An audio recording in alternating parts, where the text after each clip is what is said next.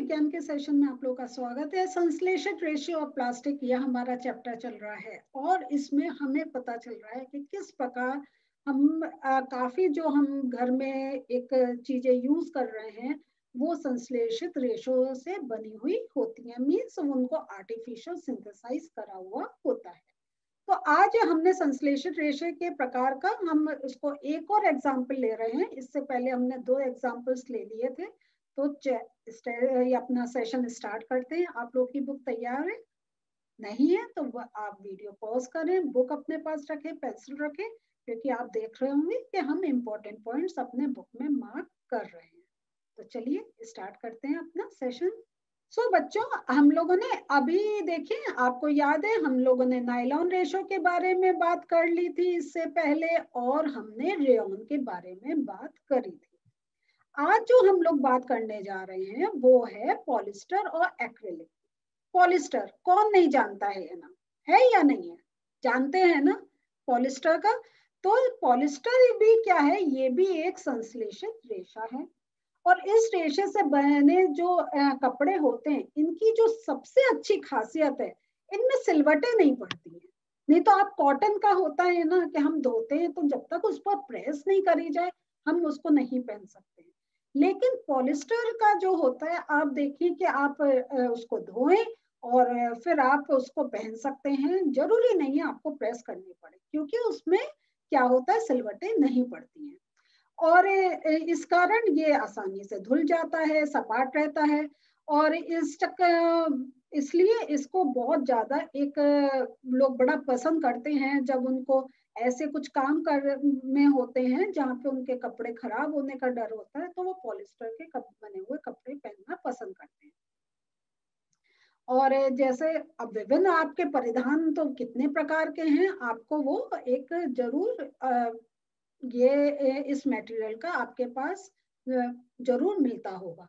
और घर पर भी आप आज जब ये सेशन कर लें तो जरूर घर पे जरा सा पूछिएगा बड़े लोगों से कि हमारे पास ये इन फाइबर्स की कोई वो हमारे कोई वस्त्र या कोई घर में और चीज है।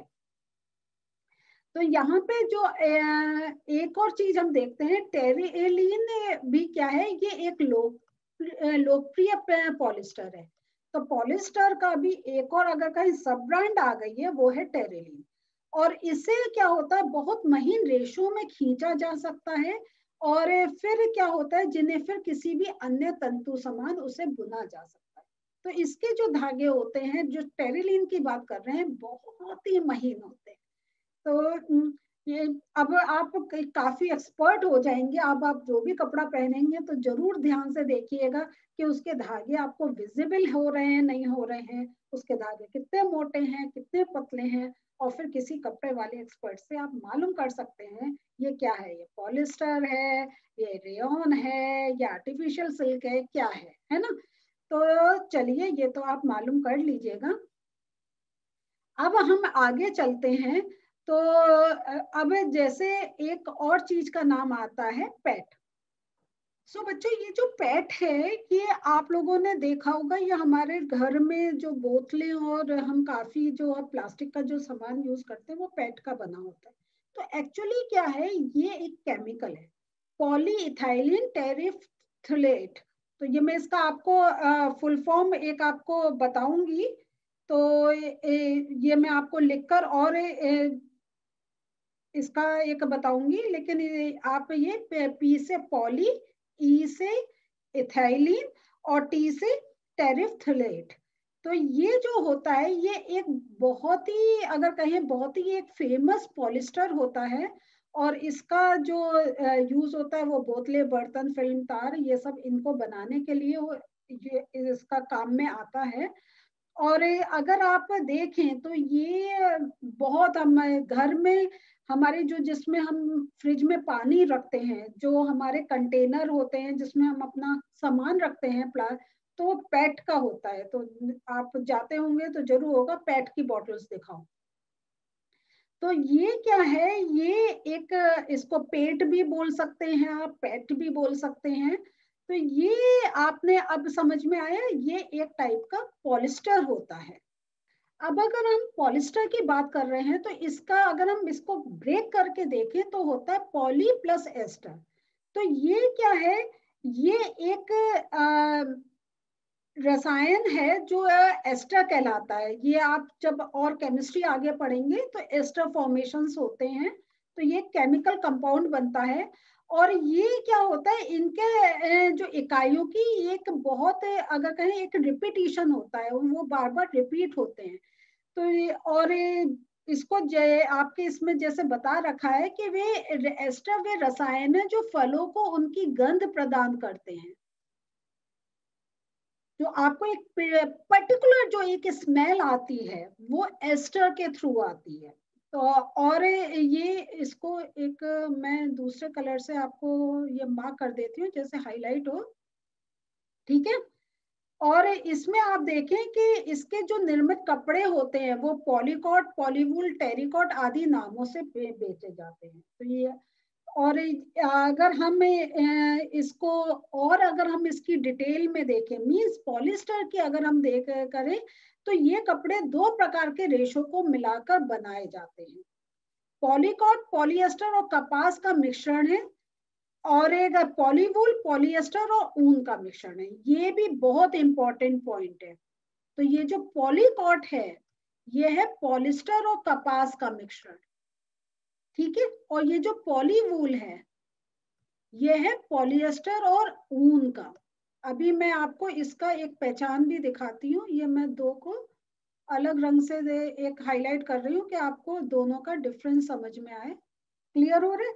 तो ये पॉलीकॉट अगर आप कहें तो ये अगर नाम में कभी आपके प्रश्न ऐसा आ रहा हो, कंफ्यूज हो रहे हैं, तो पॉली तो आप पॉलीएस्टर से कर लें, और कॉट कपास आ गया मींस कॉटन। क्लियर हुआ? पॉली वूल ये आप कर सकते हैं, पॉली मींस पॉलीएस्टर, और वूल मींस ऊन। क्योंकि ये सारे बाहर कंट्रीज में ये सब एक थ्रेड से पहले जनरेट हुए हैं, तो उन्होंने अपनी भाषा में उसका नाम दिया है। तो हम हिंदी में उसको ऊन बोलते हैं, इंग्लिश में वो वूल कहलाता है, तो इसलिए पॉली वूल। और ये सब हमारे जब हम जैसे बॉटल्स खरीद रहे हैं, थर्मस खरीद रहे हैं, हम काफी जो एक बर्तन खरीदते हैं, तो ये आप देखेंगे, आप जैसे आपका एक आता है टेफलॉन के होते हैं जिसमें वो आपका खाना नहीं चिपकता है। तो ऐसे आप देखेंगे विभिन्न प्रकार की हम हमारे अगर हम कहते हैं ना मार्केट जो बहुत चीजें हमें मिलती हैं, तो वो बहुत चीजें एक डिजाइनिंग में तो डिफरेंट है, लेकिन उनका जिस मटेरियल से बनी होती हैं वो भी एक डिफरेंट होता है। तो किसी में गंध नहीं आती है, किसी में खाना बहुत समय तक एक सेव रहता है। तो अलग अलग कॉन्सेप्ट से और नए नए डिस्कवरीज होती हैं। जैसे जैसे हमारे रिक्वायरमेंट्स होते जा रहे हैं तो आपकी ये चीजें आपको मार्केट में मिलती हैं। अब जो हम ये जो जब हम स्वेटर जो हम पहनते हैं सर्दियों में, या जो हम शॉल लेते हैं, कंबल लेते हैं, तो इनमें से जो होता है काफी, तो अगर हम देखें हमें एक प्राकृतिक ऊन से बना हुआ होता है, लेकिन कुछ हमें जो कपड़े मिलते हैं वो हमें मिलते हैं, हमें लगता है ये ऊन है, लेकिन एक्चुअली होते हैं संश्लेषित रेशे, और इसको हम कहते हैं एक्रिलिक। तो ये एक्रिलिक के भी होते हैं। तो आप ये पढ़ने के बाद एक बार जरूर आप अपने घर में जो आपके कपड़े हैं उनको टच करके देखें, और मार्केट जब जाएं तो ये वर्ड्स अपने अब ऐसे नोट कर लीजिए, और सबके पास तो फोन होगा तो अपने नोट पैड में नोट कर लीजिए कि जब कभी जाएं तो आपके पास ये जब नाम होंगे ना, और फिर अगर आप शॉपकीपर से कहेंगे कि हमें इस मटेरियल का दिखाओ, और फिर हाथ से टच करके आप सबके डिफरेंस समझ सकते हैं। तो ये अभी क्योंकि वर्चुअल है, हम आपको नहीं तो ये सारी चीजें दिखाते, लेकिन ये चीजें सब मार्केट में भी अवेलेबल है, तो इनको आप एक यूज करके दे, उनको टच करके देखेंगे तो आपको डिफरेंस समझ में आएगा। जैसे आप जहाँ अगर आप ऐसी जगह रहते हैं जहाँ पे बहुत ठंड पड़ती है नवंबर दिसंबर में, तो आपके घर में होगा कि नहीं है हाथ के बुना स्वेटर पहनो, क्योंकि इसमें ज्यादा गर्मी होती है, मार्केट में नहीं होती। कारण क्या है? क्योंकि ये काफी उसमें अंदर आर्टिफिशियल जो ये है फाइबर्स मिला के वो चीजें बनाते हैं, तो वो जो गर्माहट वाली जो एक चीज होती है वो उतनी हमें नहीं मिल पाती। तो ये जैसा इसमें भी कह रहे हैं कि जो प्राकृतिक सोर्स है, जैसे जो हमें शीप से या कैमल से या याक से जो ऊन होता है, ये हमें एक थोड़ा सा महंगा रहता है। जैसे हमने सिल्क का पढ़ा था कि जो रेशम है वो हमारी एक महंगी है, लेकिन रेयन थोड़ा सस्ता रहता है। इसी प्रकार जो ऊन है, प्योर ऊन जो होता है वो महंगा होता है, लेकिन जो एक्रिलिक होता है ये अपेक्षाकृत ये कम महंगा होता है। और फिर जब हम कोई चीज आर्टिफिशियल बनाते हैं तो हम उनको बहुत से अनेकों रंगों में हम उनको रंग सकते हैं, और हमें अच्छा भी लगता है रंग बिरंगे कपड़े पहनने में। और ये जो आपके संश्लेषित रेशे होते हैं ये अधिक टिकाऊ होते हैं, और देखें तो ये सबके एक बहुत पहुंच के अंदर होते हैं। जितना अगर हम नेचुरल चीज देखें वो हमेशा एक हमें थोड़ा सा महंगे उसमें मिलती है। तो जैसा हमने इससे पहले वाले चैप्टर में जब पढ़ा था कि जो कंपोस्ट जो हम बनाते थे, है ना, खाद जो बनाते थे, तो और मैंने जैसा आपको पहले चैप्टर में बताया था कि हमारा जो ऑर्गेनिक फार्मिंग से जो अगर हमें कोई चीजें मिल रही हैं, वो दालें वो सब्जियां वो महंगी होती हैं, लेकिन आर्टिफिशियल वाले थोड़ा सा सस्ता रहता है। सेम हमारा ये थ्रेड्स के साथ भी है, क्योंकि नेचुरल चीजें एक तो हमारे जानवर कम हो रहे हैं, और ऊपर से फिर उनको रखना, उनको टेक केयर करना, फिर पूरा प्रोसेस करना, तो और सब एक महंगा होता है। आर्टिफिशियल हमारे केमिकल सस्ते होते हैं, तो जब उनको मिला के हम कोई नई चीज बनाते हैं तो वो चीज वस्तुएं हमें सस्ती मिलती हैं। और जो इसमें आपको एक और बात इन्होंने बताई है कि हमने इससे पहले जो हमारा क्लास में, इससे पहले वाले क्लास में जब हमने पढ़ा था कि जो प्राकृतिक रेशों को जलाने का हमने एक क्रियाकलाप करा था, और देखा था कि कैसे जो एक नेचुरल वो रेशे वो जल के कोई पॉल्यूशन नहीं करते, लेकिन आर्टिफिशियल जो होते हैं उसमें से धुआं बहुत निकलता है, उनमें एक स्पेशल प्रकार की गंध आती है, क्योंकि वो सब केमिकल के होते हैं। तो इसी प्रकार अगर हम देखें तो हमारे जो एक संश्लेषित रेशे होते हैं, इनको अगर हम जलाने का प्रयास करते हैं तो हमें जो एक नेचुरल फाइबर को जब हम जलाते हैं तो उसमें हमें काफी कुछ एक डिफरेंस देखने को मिलता है। और आप ये भी पाएंगे कि जो संश्लेषित रेशे होते हैं ये गर्म करने पर ये पिघलते हैं। इनकी आपको पिघलता हुआ, आपको एक होता है पिघलना, जैसे प्लास्टिक पिघल रही है, और एक होता है कोई चीज जैसे पेपर है वो जल के राख हो जाना, तो ये डिफरेंस है। तो ये जो है ये जब हम इनको गर्म करते हैं ये पिघल जाते हैं, और इस कारण क्या होता है, हम इनके कपड़ों को अगर देखें तो ये कपड़ों के हिसाब से ये जबकि सस्ता है, लेकिन ये एक हानिकारक गुण है, क्योंकि जब इनमें आग लगती है तो ये नहीं है कि वो कपड़ा जल के एक राख बन जा रहा है, वो पिघलता है, पिघल के वो क्या होता है वो स्किन से और चिपक जाता है।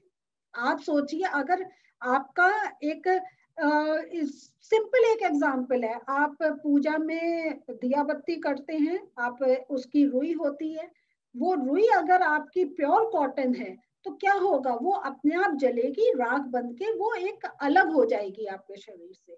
लेकिन उसकी जगह अगर आपके हाथ में प्लास्टिक का कोई है, आपका प्लास्टिक का कोई एक चीज है और वो पिघल के आपके वो पिघले, तो आपके क्या देखेंगे, आपके स्किन से वो चिपक जाएगा और उसको फिर हटाना एक बड़ा मुश्किल हो जाता है।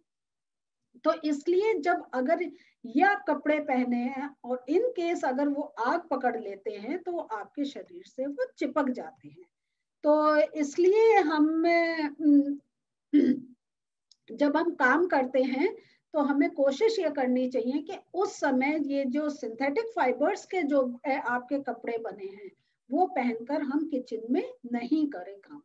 तो यहाँ पे और ये चीज और है, जैसे ये बच्चा भी कह रहा है कि पॉलिस्टर पहनकर लोग वो एक आग के पास जाने से कतराते हैं।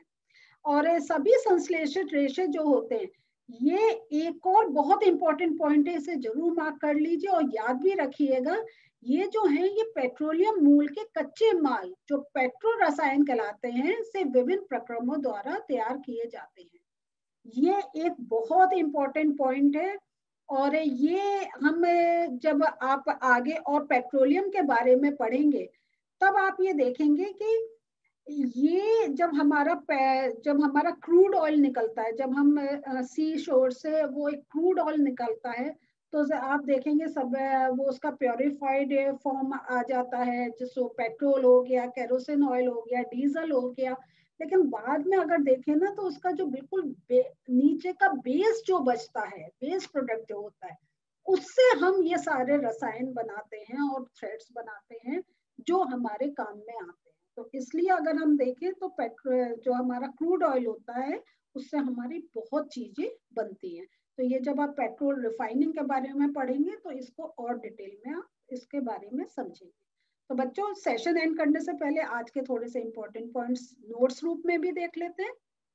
तो अगर हम पॉलिस्टर की बात कर रहे हैं तो पॉलिस्टर से बने कपड़े में सिलवटें नहीं पड़ती, यह सरलता पूर्वक धुल जाता है। टेरिलीन लोकप्रिय पॉलिस्टर है। यह आपसे पूछा जा सकता है, तो आप जब ये पॉइंट लिखें तो इसको अंडरलाइन भी कर लीजिएगा। फिर जैसे मैंने पैट का कहा था, ये इसका फुल फॉर्म है पॉलीएथिलीन टेरिफ्थलेट। तो टेरिफ, ये पीएच का हम प्रोनाउंस करेंगे फो, ठीक है, टेरिफ्थलेट, ठीक है।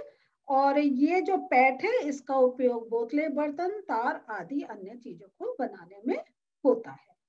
एक्रिलिक की बात करते हैं तो ये ऊन के समान संश्लेषित रेशा है। तो आपसे ये ऐसे पूछे जा सकते हैं कि सिल्क के समान कौन सा रेशा है, ऊन के समान कौन सा रेशा है आर्टिफिशियल। और ये फिर जब हम आर्टिफिशियल की बात करें तो आप ये तो एक कॉमन पॉइंट है, आप लिख सकते हैं कि ये बहुत रंगों में उपलब्ध हो सकता है। और ये भी अगर हम देखें तो जब हम संश्लेषित रेशों की बात कर रहे हैं तो अपेक्षाकृत ये सस्ती होती है। तो बच्चों, आज हम लोगों ने देखा कि विभिन्न प्रकार के हमने संश्लेषित रेशों के बारे में पढ़ लिया है, उनकी क्या खासियत है। और अगर हम देखें तो नेचुरल फाइबर के कंपटीशन में कौन सा एक फाइबर खड़ा हो रहा है। जैसे सिल्क में हमने रेयॉन देखा और यहाँ पे हमने टेरिलीन ऊन के उसमें देखा है। तो अब आपको मालूम हो गया कि एक सेम टाइप का हमें नेचुरल फाइबर भी मिलता है, लेकिन उसके कंपटीशन में सस्ता हमें आर्टिफिशियल फाइबर भी मिलता है। तो ये तो अगर हम देखें तो बहुत कुछ हम जो एक रोजमर्रा की अपनी जिंदगी में जो चीजें यूज कर रहे हैं, तो हमको अब पता चल रहा है कितना हम आर्टिफिशियल फाइबर पे डिपेंडेंट होते जा रहे हैं। अगले सेशन में इस चैप्टर को आगे बढ़ाएंगे। मिलते हैं फिर से, बाय।